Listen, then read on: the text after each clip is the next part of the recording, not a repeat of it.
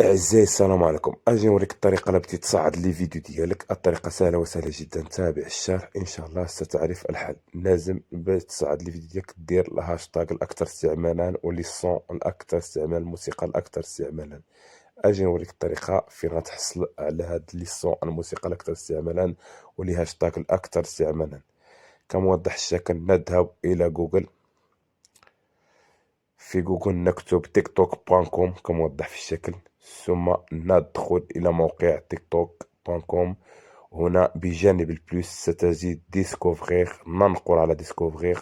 وهنا أخي ستجد الأوتيليزاتور المستخدمين واللي سون الأكثر استعمالا واللي هاشتاغ الأكثر استعمالا كموضح في الشكل.